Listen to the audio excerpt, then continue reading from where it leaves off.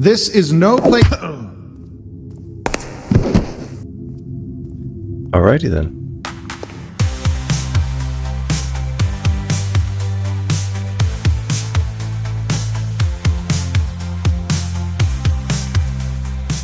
Welcome back, everyone. It's September again, which means we are back to playing Thief. Mandalore Gaming did a spotlight video about a year ago for this set of fan-made missions called The Black Parade. He seemed to give it a positive review, and for the most part, he was right. These missions are very well designed by true fans and great map designers. Overall, it feels like fans wanted to recapture the magic of Thief Gold and had the chance to reimagine levels in this mod. I played all of them on Expert and had a great time exploring almost every inch of the levels and was amazed at how much they were able to fit into each level. For example, BP's Mission 2 is very similar to Gold's Mission 6, The Sword. BP's Mission 4 is like Mission 3's Down in the Bone Horde. And of course, they had to have their own scary mission just like the Cathedral, Shalebridge Cradle, and the Cure. Actually, there was more than one scary mission, but we'll get to that. I know you're probably worried, well, did they just copy and paste some of the Thief Gold missions? Not at all.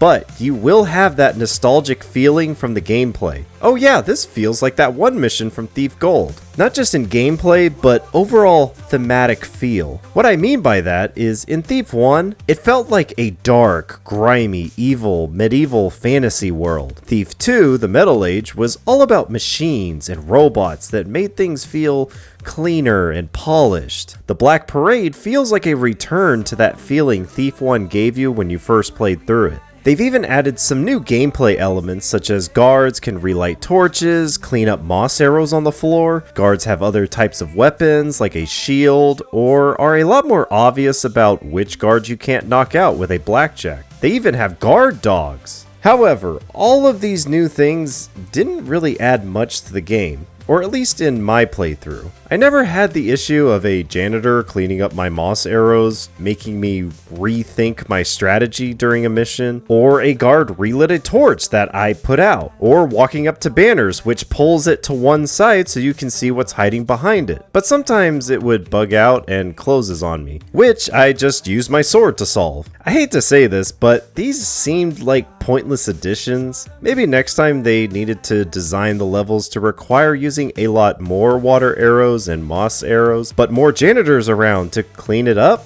when I try to run back through the level. Next thing to mention, we aren't playing as Garrett. But that's a good thing in my opinion. This gives them the freedom to create something new and original. A new character and story that doesn't have any direct impact on the main story. They do fit in some references like Lord Bafford and Ramirez in letters, or more obvious is Victoria is mentioned in some of the cutscenes. You play as a guy named Hugh. He is not a keeper, but he did learn how to sneak and steal like a thief from the Thieves Guild. Now, getting this game to work might be a bit confusing, so I'll try to keep it simple. First, you just need Thief Gold installed, then get T-Fix like I recommended in my very first retrospective video, then download the Black Parade on ModDB. Now, here is where you could make some mistakes and break the game like I did. For me, the cutscenes didn't work, so make sure you put the zip files directly into the FM folder, which is inside the Thief Gold folder. Then I hit the extract all and waited for it to finish. Then go into the Thief Gold folder and look for cammod.ini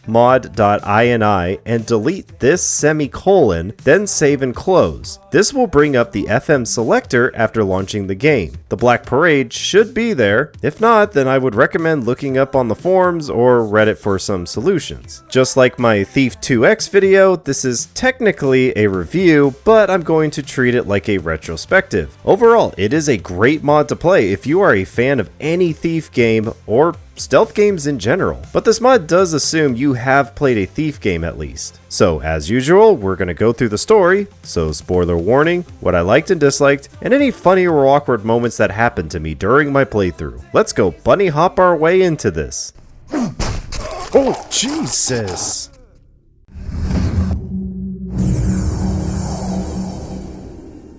We start off with the usual thief-style briefings. We learn that Hugh worked in factories from a young age, until he learned he had a talent for sneaking and stealing when he joined the Thieves Guild. After stealing a trinket, he was later caught and spent time mining as punishment. 7 years later, he has returned to the city. So, for the first mission, it is all about meeting an old associate, Daliquest. The city watch in the starting area won't bother you, but in the White Bell area, the guards will attack Hugh on sight. You could try to go through the front gate, or explore the city a bit and find a new area. The voice acting isn't too bad, but still has that amateur and cheap mic quality to it. They did a great job recreating that feeling from Thief Gold. You know, voice lines ending early, and so there's an awkward pause while the animation finishes, that sort of thing. I miss the good old days, where we had enough equipment to smash these guys up there.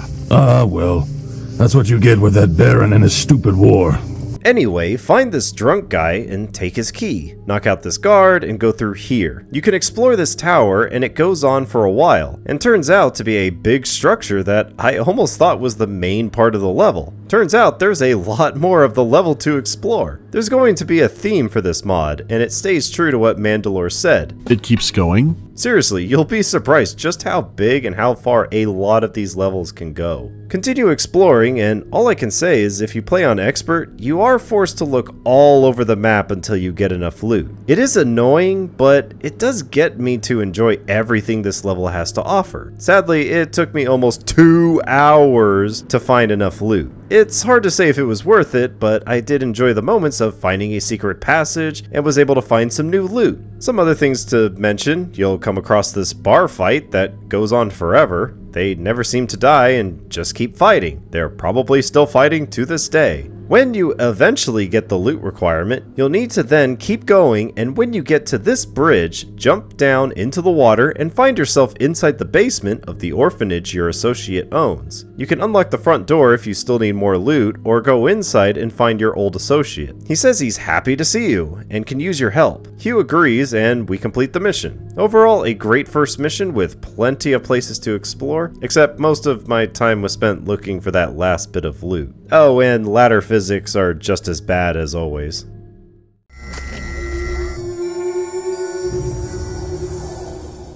Next mission, Daliquest sends Hugh on a simple and straightforward mission to steal a vase that could earn them a lot of money. Since I'm playing on Expert, there is of course more objectives for stuff to steal, and no killing. The vase was easy to find because it's floating in this area, just like the sword from Thief 1. Like I said, this mission reminds me of the Thief Gold mission called the Sword. However, this one was even more like a maze. I quickly got lost and had to take time exploring, knocking out guards and getting my bearings to figure out where I am, steal whatever I came across. It starts off as like a normal castle, but then pretty soon it seems like this guy really loves the pagans, cause there are a lot of rooms with plants in them. I should mention at the start, there are multiple ways inside, such as if you wait long enough, this guy will distract the guards so you can easily open the gate and walk right inside without issue, or go in through the sewers like I did. The main part of the mansion looks normal, but as you descend into the Mansion of Madness, it starts to become more nature-like, but still has some logic to its design. Now, if playing on Expert, the clock is here, but to get to the vault, you need to find 2 keys. The first one is on this dead guy. However, the other key is deep in the basement and easy to miss. As I started heading back up, that's when I realized this was a long journey to get down here, and I felt there had to be something of value down here. The other vault key was right here the whole time. All for us to steal a disfigured head?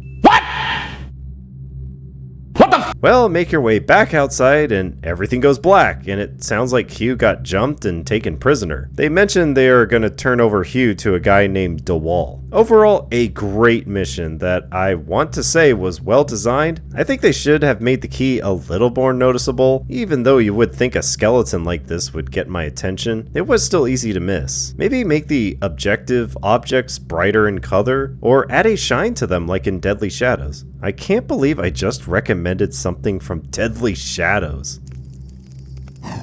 Oh. Whoa, that scared me.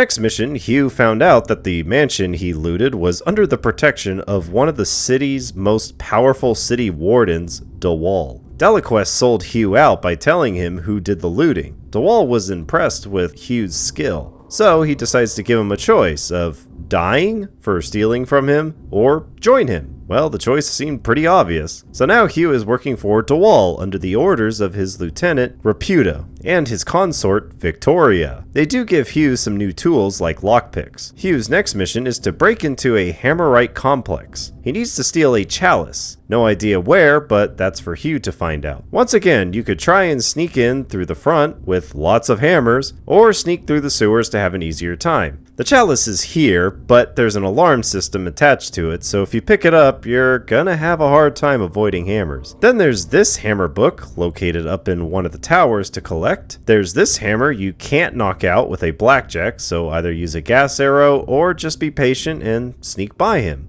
Hold. Stand and face me, villain. The alarm control key is here in this priest room. Then you need to find the switch in the cardinal's office to open the vault. It's hard to find unless you really look for it, and it's right here in the bed. So head on down to the alarm room, turn it off, then head down to the vault and steal the valuables in there. Hopefully you have enough loot like I did. So I stole the chalice, then ran outside and tried to run from the hammers and get back outside when I got lost, and I just kept bunny hopping my way until eventually I found the gate and got to where I started. Overall, a great, well-designed mission, and I always love doing missions against the hammers. Not to mention, the voice actors did a pretty good job sounding like Hammerites. There is no man more pious than the one who's living his last hours.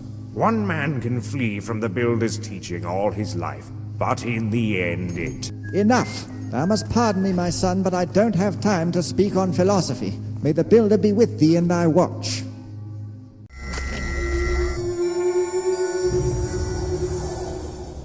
Next mission, DeWall was impressed with Hugh. Now sends him to look for a ruby called Aldreus's Demise. It's deep inside a tomb that's, of course, haunted and full of traps. I don't want to spoil too many of the surprises, so I'll keep this simple and straightforward. First, you'll start in a small section of the city before heading down into the tomb. Once down there, pay special attention to the symbols before each room. It will give you a heads up if there's traps or not. Like all missions, it's really big, and there's different kinds of zombies. Regular zombies, zombies with bugs around them, zombies that throw explosive vomit, ghostly spirits, and the chain gang who die with one good power swing to the head.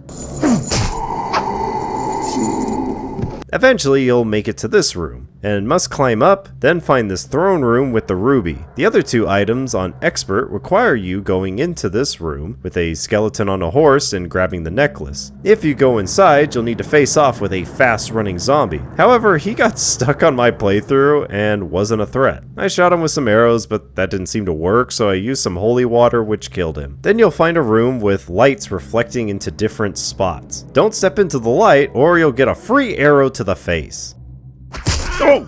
What? Rope down and try to grab this gauntlet. It took me many tries, but eventually I got it without getting hit by an arrow. Now comes the annoying part. I ran around this tomb for 30 minutes and couldn't find enough loot. I then hoped if I made my way back up to the surface, maybe there would be enough loot. As I climbed back up, I was able to find an underground casino. Slowly, I was finding a little more loot, but was coming up just short. I was worried I missed a bunch of loot back down into the tombs, and I really didn't want to go all the way back down there. I was seriously considering the skip mission cheat code. However, the last room I searched, I was able to find a secret vault to finally give me enough loot to complete the mission. So I really think the loot requirement either needs to be brought down a little bit, or there needs to be a little more loot spread out in this mission. I think in general, there just shouldn't really be a loot requirement, since gameplay wise, getting more loot means you'll have more money to spend on equipment for the next mission. If I decide not to grab any loot, then that's my own fault for handicapping myself on the next mission. I think that's the only downside to this mod, is the maps are so big that missing loot is going to be annoying and ruins some of the enjoyment of the mission, only because I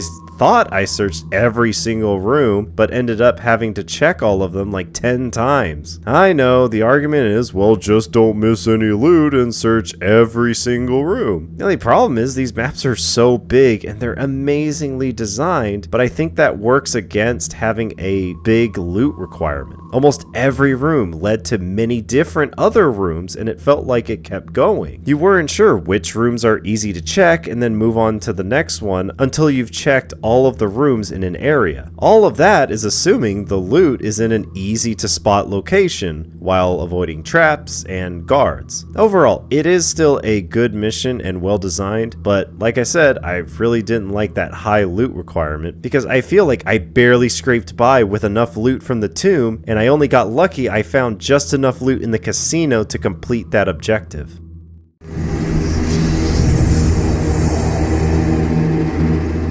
Next mission, DeWall sends Hugh to get a special harp. However, it's in a manor that had an incident, so the city built a wall around it. So now Hugh needs to figure out a way past the wall to get inside and find the harp, as well as 7 paintings inside the manor. 1500 loot doesn't sound bad, but this mission reminded me too much of the original cathedral mission. It's a little scary, but turns out it's an annoying scavenger hunt. You got zombies wandering around, but finding all the loot in this mostly dark mission is going to take you a long time. I swear, there is only just over 1500 loot. I hope you love looking at every inch of this mission because I ran through it like 3 times trying to find that last piece, but it turns out there was one room I did miss inside the manor. I think it needed some extra loot lying around, plus just getting there was confusing in terms of its layout, so I'm sure I probably missed a bunch of loot. So starting out, you might head into here and find the key that unlocks this door to get you inside the wall. Then it's about climbing and swimming. You might come across this body, but when you check this room and walk back, the body is gone. I will say the buildup is great. I was crouch walking for most of it, waiting for scares or get chased by fast zombies. Later you need to climb some structures and check some abandoned buildings for loot, but eventually you'll find the manor. The front door is blocked, so head to the back. Yes, those are zombies carrying swords. They act like slow zombies, but when you get their attention, they act like normal guards. Attacking them with your sword seems to do nothing to them, even if you sneak attack them. Only flash bombs and holy water can kill them. Once inside, there are 7 of these paintings scattered around the manor. They're easy to find as long as you check every room and look at the walls. When you come into this music room, unlock the chest and listen to this.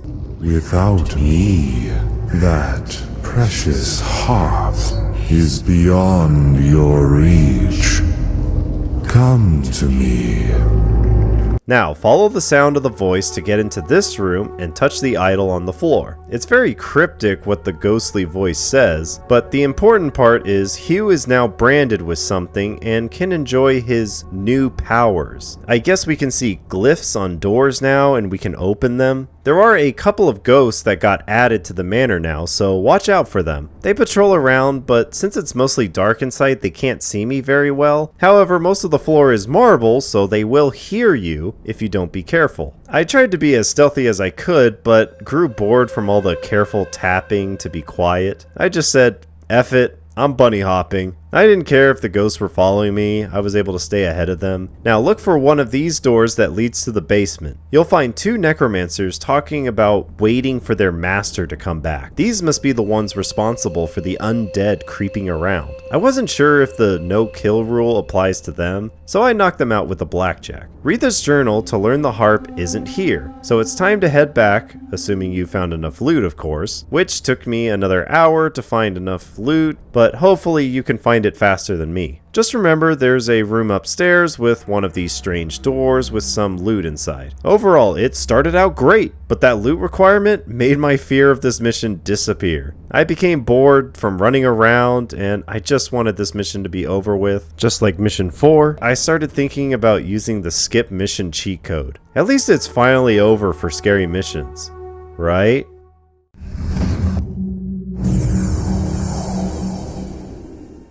We then get a short cutscene of Hugh walking down the street and gets ambushed by DeWall's men, who says he is disappointed he did not get the harp, so they're going to try and kill him. But Hugh uses a flash bomb and escapes. Next mission, Hugh says he's been seeing new things since the manor. He sees glyphs on walls and can hear whispers and see people walking around like nobody else can see. He's been watching them and notices them always walking down to the sewers and even walk through walls. So today, Hugh is going to follow one of these guys since they seem to take books with them, so they might have information on the necromancers. In this mission, we start by following this hooded figure. Now, normally I don't like tail missions, but this one was alright. The guy never turned around to see if he was being followed. Instead, I did have a lot of guards and even hammers get in the way. I thought I was about to lose him, but luckily for me, I was able to catch up. He heads down a long set of stairs, and this symbol looks familiar. We have found the Keeper Complex. It's similar to the one we saw in Deadly Shadows, but much more massive.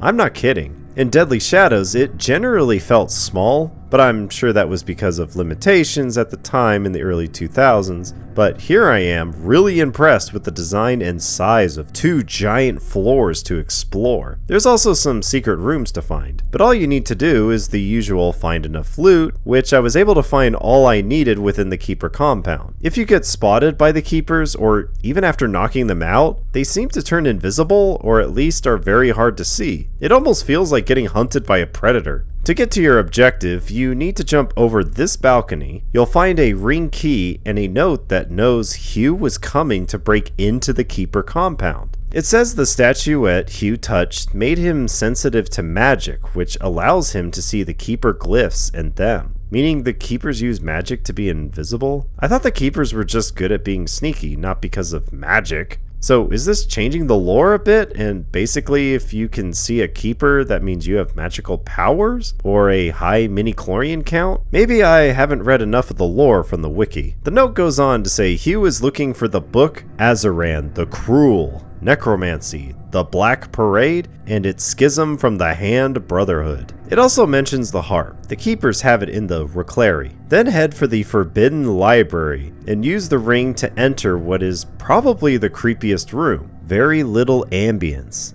and I can hear a heartbeat.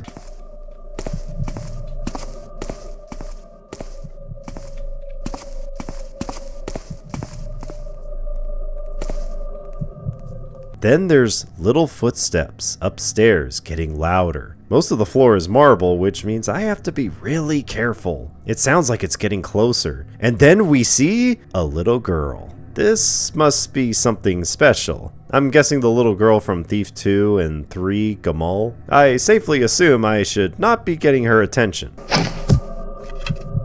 Uh-oh. Shouldn't have done that. No!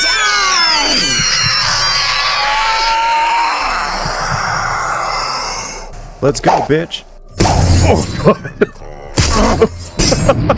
However, I got tired of sneaking around, so I made a run for it and looked at every book I came across. I got to the top floor and I didn't find the book I was looking for. So I had to think quickly and I used a rope arrow to hang on and wait for her to go back to patrol mode. Then as I made my way back down, I kept searching and eventually I found the book right here. In quick summary, Azaran was an ancient mage that practiced necromancy, a forbidden magic. He founded his own mage enclave and called it the Black Parade. Then it says, for the Hand Brotherhood to travel to the realm of captured souls, there are 3 artifacts they will need. The Aldreus' Demise, which Dewall has, a gold amulet the Hand Brotherhood possesses, but Hugh will need to go searching for a ring. I escape without alerting the little girl Gamal. Now I spend the rest of the hour searching for that 1600 loot requirement. Again, there's plenty inside the compound, so you don't need to worry about searching the city in hopes to obtain enough. One thing I decided to do was mark the map with X's to let me know where I have been already. This seemed to work and helped with make sure I didn't miss any rooms. Once I had enough loot, I ran back upstairs and explored the city for a bit, but mainly headed back to Hugh's apartment. It was a long way back and reminded me of Thief 2's mission on the rooftops. I can only imagine just how long it took to design and populate it. Overall, a great mission, one of my favorites.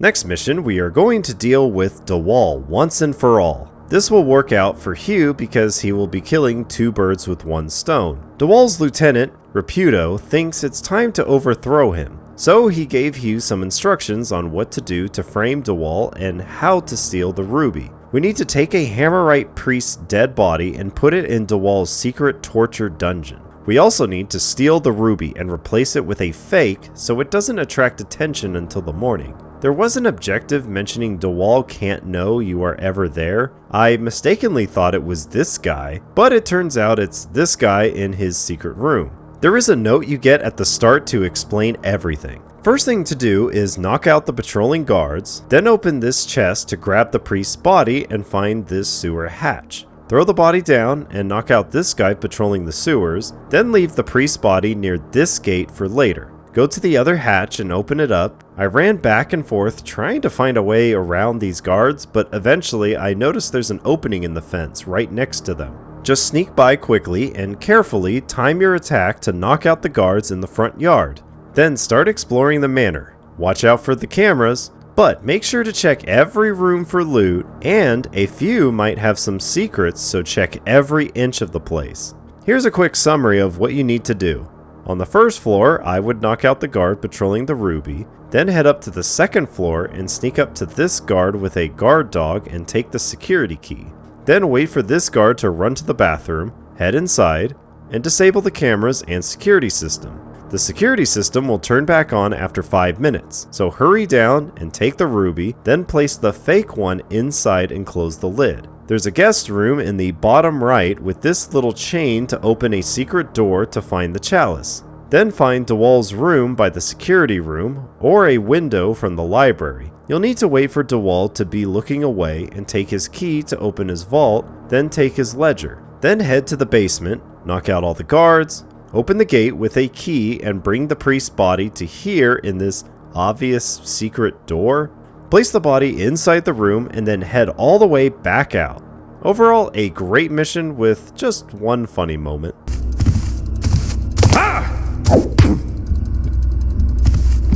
You're telling me that was marble.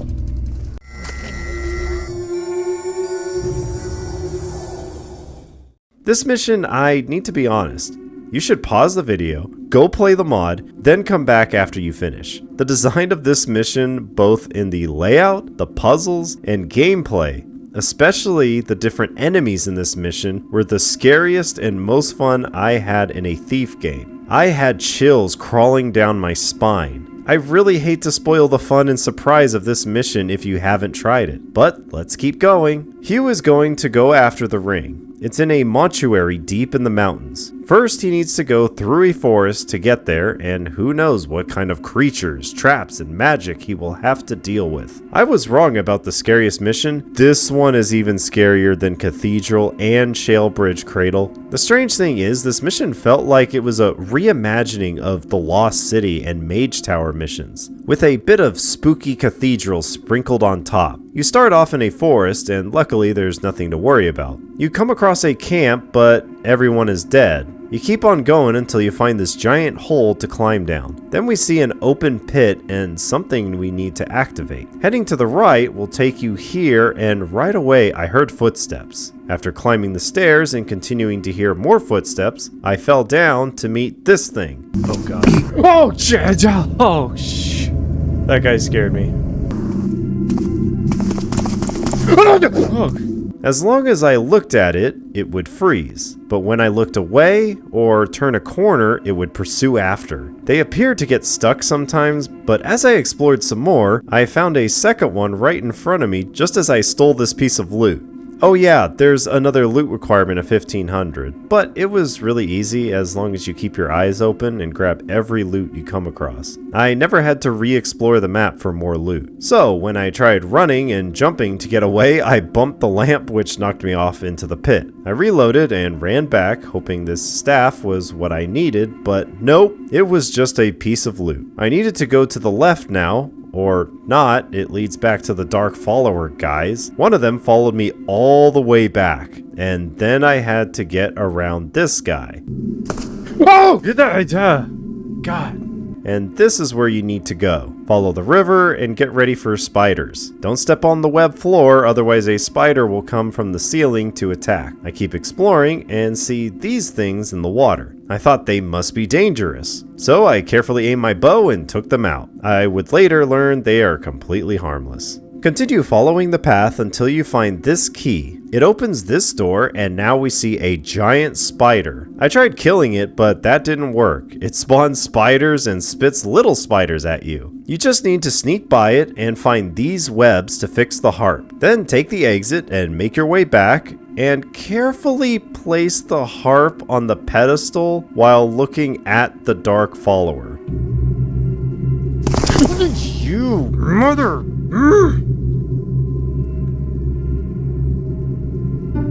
There we go. Good news is they can't cross this bridge. Jump across this next area and fall down the hole into the water and follow the path. This section is about getting 4 pieces to form a key to get the ring. It's the 4 elements. I started with fire, which has some platforming and a burning man patrolling around. You just need to find the ember key to open the door to get the first piece. Then the exit takes you to the earth section. There's a rock elemental that appeared to be stuck. When I reloaded, he got unstuck. Again, grab the key, unlock the door, and grab the second piece. Next is the water temple. Seems harmless and abandoned. This is where I learned these things are harmless. Explore the temple and eventually you'll drop down here and hear some strange creature. I thought it might be the fish people from Deadly Shadows, but not quite. I did kill it, then grabbed the key and found my way back up and encountered another one. They move really fast, which was scary, and I had to reload a save, but this time I snuck up and knocked it out. Eventually I got the third piece. Air is the last area, and it seems like gravity works a little different. Just need to climb to the top of the tower while avoiding this air spirit.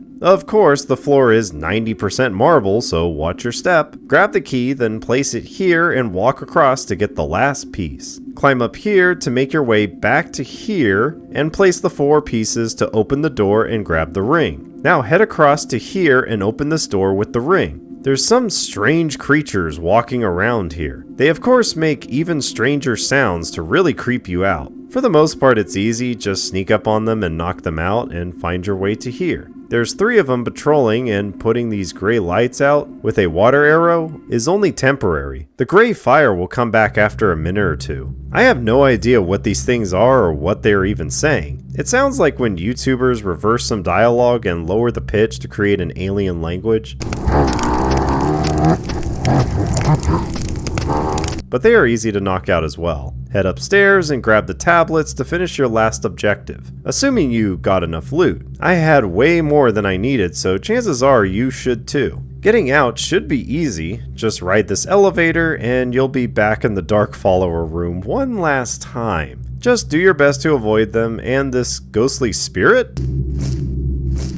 Okay. Yeah, I reloaded because I don't have time to deal with a ghost and a dark follower anymore. This is when I learned my flash bombs kill them instantly. Well, climb all the way back up and now I notice the sun is out. That's cool to see I spent hours down here. I mean, realistically, I spent 3 hours on this mission, so it is accurate to say. Overall, I love this mission. It was well designed, both in layout, how each room looks, and the gameplay of so many different enemies I encountered. Everything was different, unique, and scary to deal with. Great job to whoever designed this one.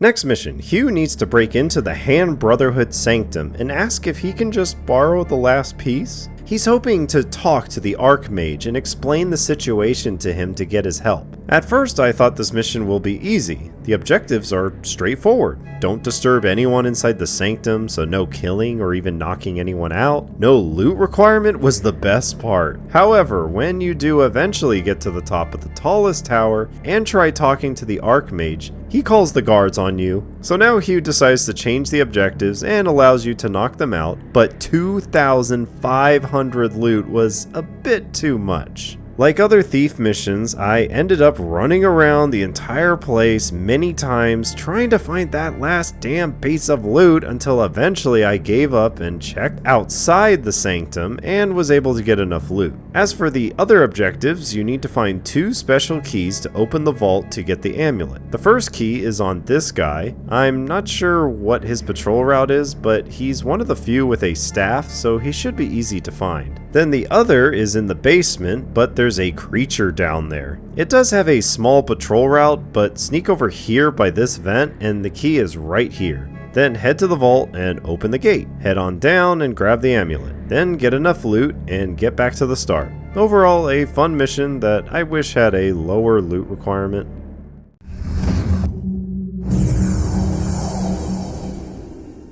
The final mission is just like the final mission in Thief Gold. Hugh needs to use the artifacts on the statuette to hopefully remove the brand on him. I'm glad to see we start off inside the haunted manor, instead of traveling all the way back here. Stealth your way to the statuette and avoid the zombies walking around. The door is guarded, so I used all my flash bombs and some holy water to kill them. I'm sure there was another way into the room, but I was lazy. Then use the artifacts on the statuette. Suddenly, the artifacts get destroyed, and Azaran laughs at Hugh and says that will end the brand, but it's him that's channeling the spell that's killing Hugh. So Azaran teleports Hugh to the fortress? I feel like we are in the Chaos Realm again, but specifically in the Undead section. The fortress looks incredible, but as for gameplay, it's not that great. Don't get me wrong, it's better than Thief Gold's final mission, but this one didn't add much to it. It's still all about sneaking around, then using a rope arrow to climb up a whole floor,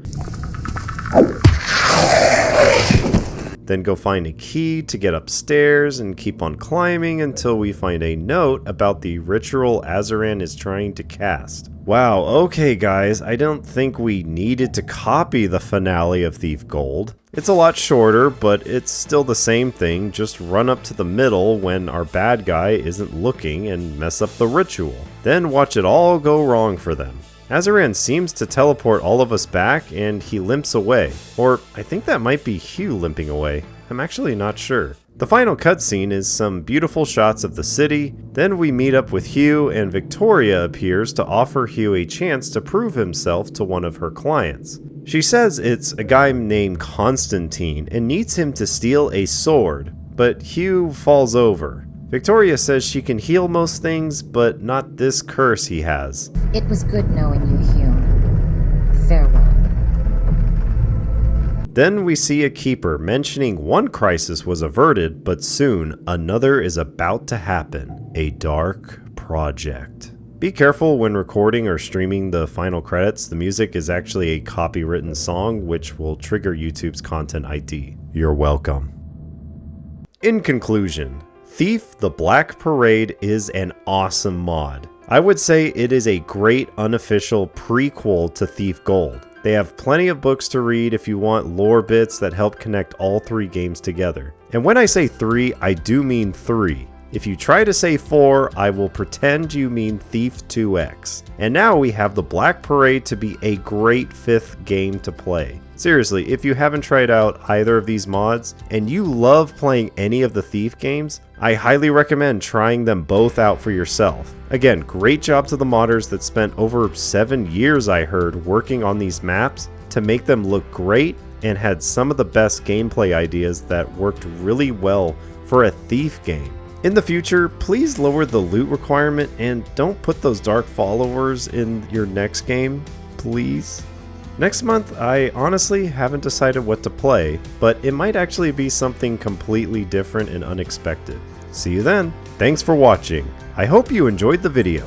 Please like and subscribe to help grow my channel, and comment below on what you thought, and check me out on the Time Pals podcast. Links in the description. Thanks again, and I'll see you in the next video.